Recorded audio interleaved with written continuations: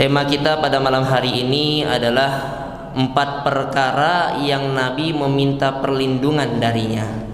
4 perkara yang baginda Nabi meminta perlindungan darinya. Bapak Ibu yang mulia, Nabi SAW pernah berdoa, Allahumma inni a'udzubika min ilmin la yanfa'. Ya Allah, berilah aku perlindungan dari ilmu yang tidak bermanfaat.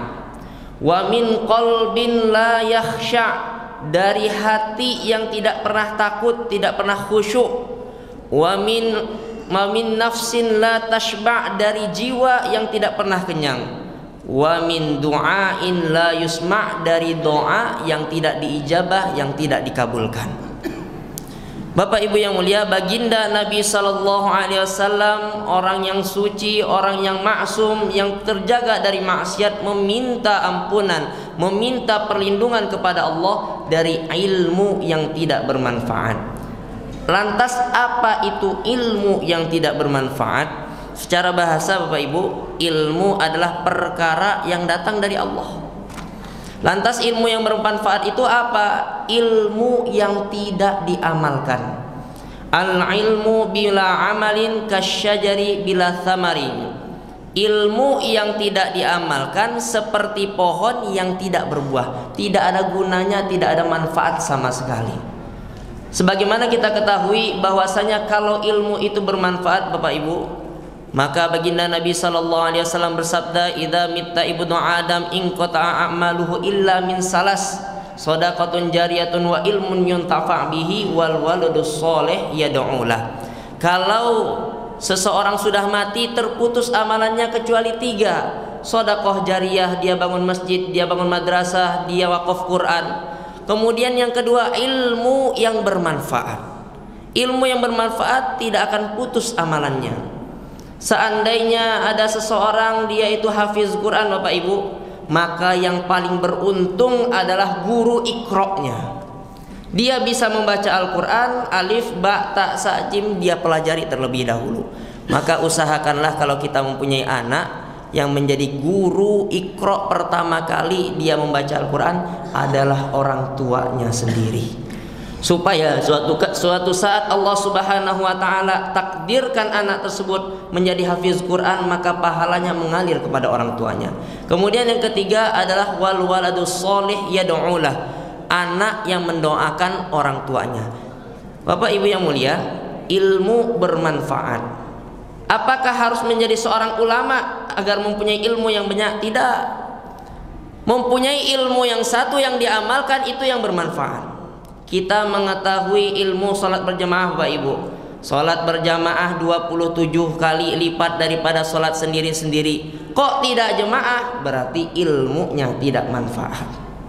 Mengetahui fadilah membaca Al-Quran, bahwasanya kalau membaca Al-Quran 1 hurufnya diganti oleh Allah 10 kebaikan. Aku tidak mengatakan alif lam mim itu 1 huruf kata Nabi, tetapi alif 1 huruf, lam 1 huruf, mim 1 huruf. Lantas mengetahui perkara ini tidak membaca Al-Quran, berarti ilmunya tidak bermanfaat. Maka Nabi SAW meminta kepada Allah perlindungan dari ilmu yang tidak bermanfaat. Kenapa? Bapak Ibu yang mulia, Nabi SAW bersabda, la yazalu qadamu abdin yaumal qiyamah hatta yus'al an arba'. Tidak akan bergeser telapak kaki manusia ini pada hari kiamat sebelum dia ditanya mengenai 4 perkara. An umrihi fima afnah, umurnya dihabiskan untuk apa? Wa an jasadihi fima ablah, jasadnya dia usangkan untuk apa?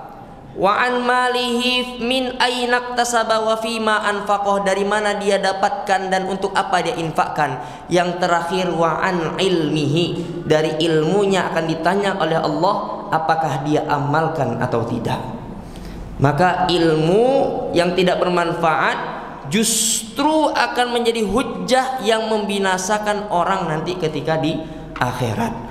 Maka sama-sama kita juga meminta kepada Allah semoga kita diselamatkan oleh Allah dari ilmu yang tidak bermanfaat.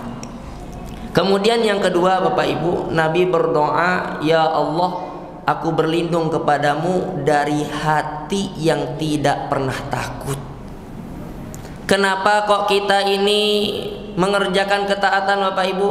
Karena kita takut masuk ke dalam nerakanya Allah, takut murkanya Allah. Sebaliknya, kenapa ada orang yang maksiat, ada orang yang berzina, ada orang yang berminum khamar? Karena tidak takut kepada Allah. Ketika dia maksiat, tidak merasa dilihat oleh Allah, tidak merasa didengar oleh Allah. Maka lantas harus kita hadirkan rasa takut ini di dalam hati kita supaya kita menjadi orang yang selamat. Bapak Ibu yang mulia, di dalam kitab Fadilah Shadaqah diceritakan ada seorang ulama, dia melewati permainan anak-anak di tengah lapangan. Lari sana, lari sini anak-anak. Di ujung lapangan ada seorang anak merangkul kedua lututnya. Dia bertanya, "Wahai fulan, kenapa kamu tidak ikut main-main lari-lari bersama kawan-kawan kamu di lapangan?" Apa kata anak tadi Bapak Ibu? "Wahai paman, apakah kita ini diciptakan hanya untuk main-main saja?" "Wahai fulan, kenapa kau bisa berkata seperti itu?" "Wahai paman, sesungguhnya aku pulang ke rumah, aku lihat ibuku memasak dengan kayu bakar. Ketika menyalakan kayu bakar, maka yang dimasukkan terlebih dahulu adalah kayu-kayu ranting-ranting yang kecil, baru akhirnya kayu-kayu besar dimasukkan. Wahai paman, nanti di akhirat aku takut yang pertama kali masuk neraka adalah kami dari anak-anak kecil, baru orang-orang yang dewasa." Ada rasa takut di dalam hati, akhirnya selamat. Bapak Ibu yang mulia, di zamannya Amirul Mukminin Sayyidina Umar bin Khattab radhiyallahu anhu, beliau belusukan ke kampungnya, lantas bertemu dengan seorang wanita penjual susu. Berkata kepada anak gadisnya, "Seandainya susu ini kita tambahkan air, alangkah untungnya kita." Anak gadisnya berkata, "Wahai ibu, bagaimana kalau Amirul Mukminin mengetahui hal ini?" "Oh, Sayyidina Umar nggak tahu." "Wahai ibu, memang Sayyidina Umar tidak tahu, tapi Allah Maha tahu." Mendengar hal itu Bapak Ibu, Sayyidina Umar pulang, ketemu anaknya namanya Abdurrahman, dinikahkan dengan anak seorang penjual susu. Lahirlah keturunan namanya Laila, dinikahkan dengan Abdul Aziz, lahir anak keturunan namanya Umar bin Abdul Aziz, yang mana masa kekhilafahannya serigala sama keledai domba makan bareng, saking adilnya pada masa itu. Bapak Ibu yang mulia, maka takut kepada Allah perlu kita munculkan di dalam hati. Kisah santri paling masyhur, seorang gurunya mengetes murid-muridnya. "Wahai murid-muridku, ini ku kasih ayam satu persatu, sembelih di tempat yang tidak diketahui oleh seorang pun." Satu santri pergi ke gunung sembelih ayam, satu santri pergi ke lembah sembelih ayam, satunya lagi cari ruangan kosong sembelih ayam. Baliklah semua santri tersebut laporan kepada gurunya. Ada satu santri Bapak Ibu tidak mau nyembelih ayam. "Loh, kenapa kamu tidak melaksanakan perintahku?" kata gurunya. "Wahai guru, sesungguhnya aku pergi ke gunung ternyata ada yang melihatku. Aku pergi ke lembah ada yang melihatku. Pergi ke ruangan kosong pun ada yang melihatku. Siapa dia? Allah melihatku. Maka aku tak mampu untuk menyembelih ayam." Ternyata santri itulah yang diluluskan oleh gurunya. Rasa takut dalam hati ini perlu kita hadirkan Bapak Ibu. Allah Subhanahu wa taala berfirman di dalam Al-Qur'an, "Wa amma man khafa maqama rabbih wa nahan nafsa 'anil hawa fa innal jannata hiyal ma'wa." Orang yang ada rasa takut di dalam hatinya, takut kepada Allah, dia injak hawa nafsunya, apa hasilnya? Jannata hiyal ma'wa, surga tempatnya Bapak Ibu. Orang yang ada ketakutan di dalam hatinya, dia akan mendapatkan petunjuk dan kasih sayang dari Allah. Hudaw wa rahmatan lilladzina hum li rabbihim yarhabun. Baginda Nabi SAW Bapak Ibu, kalau ada angin kencang sedikit saja, badai petir, maka Nabi pucat. Lantas Nabi membaca surat Al-Haqqah, langsung pingsan. Karena takut bahwasanya dulu pernah ada umat yang mana mereka itu menganggap angin itu seperti angin rahmat. Ternyata angin itu membawa azab bagi mereka. Bapak Ibu yang mulia, kita doa kepada Allah diselamatkan, dilindungi dari hati yang tidak pernah takut, hati yang tidak pernah khusyuk. Kemudian yang ketiga, Nabi SAW berdoa, ya Allah, lindungilah aku dari jiwa yang tidak pernah kenyang. Umat ini, Bapak Ibu, semakin tua semakin cinta dengan kehidupan, semakin tua semakin cinta dengan harta benda. Baginda Nabi SAW bersabda, qalbus syuyukh syabun ala snain. Orang tua hatinya itu cinta terhadap dua perkara, hubbul aishi wal mali, dia cinta hidup dan cinta kepada harta benda. Dulu Bapak Ibu, kalau kita berpikir, kita bayang-bayangkan kembali, mencari duit 100.000 itu susah. Ketika sudah bisa mendapatkan uang 100.000, berpikir lagi kok bisa ada orang mendapatkan 1 juta. Dah dapat 1 juta itu, berpikir kembali bagaimana itu orang gajiannya sampai 10 juta, sampai 100 juta. Begitu seterusnya. Baginda Nabi SAW umpamakan seseorang yang dia itu dapat 1 lembah berupa emas sekalipun, maka dia akan menginginkan 1 lembah emas yang kedua. Tidak akan mengenyangkan Ibnu Adam sampai disumpal mulutnya dengan tanah. Maknanya kematian mendatangi dia baru puas. Maka Bapak Ibu yang mulia, sadarkan diri kita. Kita di dunia bukanlah untuk mencari harta jabatan. Kita di dunia bukanlah untuk berfoya-foya, tetapi di dunia wa ma khalaqatul jinna wal insa illa liya'budun. Diperintahkan untuk menyembah Allah. Sesungguhnya ad-dunya darul imtihan, dunia ini tempat kita diuji oleh Allah Subhanahu wa taala. Alladzi khalaqal mauta wal hayata liyabluwakum ayyukum ahsanu amala. Kita diciptakan ada yang namanya mati, ada yang namanya hidup. Ini liyabluwakum, untuk menguji kalian. Ayyukum ahsanu amala, siapa yang amalannya paling baik di antara kalian. Maka kita doa kepada Allah, ya Allah, lindungi aku, jiwaku dari yang tidak kenyang daripada mencari dunia.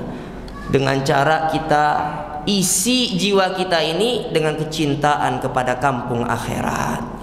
Kemudian yang terakhir Bapak Ibu, Nabi SAW meminta perlindungan dari doa yang tidak diijabah, doa yang tidak dimakbulkan. Pada hakikatnya, pada dasarnya, seluruh doa yang kita haturkan kepada Allah itu akan dikabulkan. Allah Subhanahu wa taala berfirman, surat Al-Baqarah 186, wa idza sa'alaka ibadi anni fa inni qarib ujibu da'watad da'i idza da'an falyastajibu li wal yu'minu bi la'allahum yarshudun. Doa pasti dikabulkan oleh Allah. Kalau tidak di dunia, maka nanti jadi simpanan di akhirat. Kalau tidak seperti yang kita minta, Allah selamatkan kita dari musibah yang serupa. Kenapa doa ini tidak diterima? Kata para ulama, dia kenal kepada Allah tapi tidak mau taat kepada Allah. Dia kenal kepada Rasulullah tetapi dia tidak hidupkan sunnahnya Nabi. Dia kenal bahwa adanya para malaikat tetapi dia tidak malu berbuat maksiat dicatat oleh para malaikat. Dia kenal ada namanya kitab Al-Quran tetapi tidak mau membaca Al-Quran. Dia kenal ada namanya kampung akhirat tetapi tidak mempersiapkan diri untuk mencari bekal pergi ke akhirat. Bapak Ibu yang mulia, Nabi SAW bersabda, lantas doa tidak dikabulkan karena makanannya haram, minumannya haram, pakaiannya haram. Wa mat'amuhu haram, wa mashrabuhu haram, wa malbasuhu haram, fa anna yustajabulah. Bagaimana mungkin doanya mau dikabulkan? Maka kita jaga diri kita, keluarga kita, saudara-saudara kita. supaya doa kita makbul, supaya permintaan kita diterima oleh Allah Subhanahu wa taala. Jaga makanannya, jaga ketaatannya kepada Allah, jaga menjalankan sunnahnya baginda Nabi sallallahu alaihi wasallam, dan senantiasa membaca Al-Qur'an. Kesimpulannya Bapak Ibu, Nabi sallallahu alaihi wasallam meminta perlindungan dari 4 perkara. Apa itu? Yang pertama, Allahumma inni a'udzubika min ilmin la yanfa', dari ilmu yang tidak bermanfaat. Wa min qalbin la yakhsha, dari hati yang tidak takut, yang tidak pernah khusyuk. Wa min nafsin la tashba', dari jiwa yang tidak pernah kenyang. Wa min du'ain la yusma', dari doa yang tidak diijabah. Semoga Allah Subhanahu wa taala mudahkan kita menjadi orang-orang yang soleh, menjadi orang-orang yang bertakwa kepada Allah Subhanahu wa taala, menjadi pribadi-pribadi yang mendapat ridhonya, masuk ke dalam surganya Allah Subhanahu wa taala. Lebih dan kurang saya mohon maaf. Billahi taufik wal hidayah wa ridha inayah. Assalamualaikum warahmatullahi wabarakatuh.